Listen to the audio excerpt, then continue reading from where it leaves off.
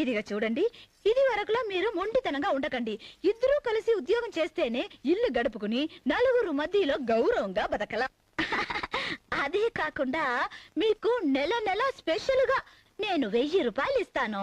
దాంతో మందు కట్టి మీరు జల్సా చేసుకోండి. నన్ను మాత్రం ఉద్యోగం మానేయమని చెప్పొద్దు రాజా. ఒక నెల ఉద్యోగానికి పంపిస్తే ఎంత డెప్త్ లోకి వెళ్ళిపోయావే.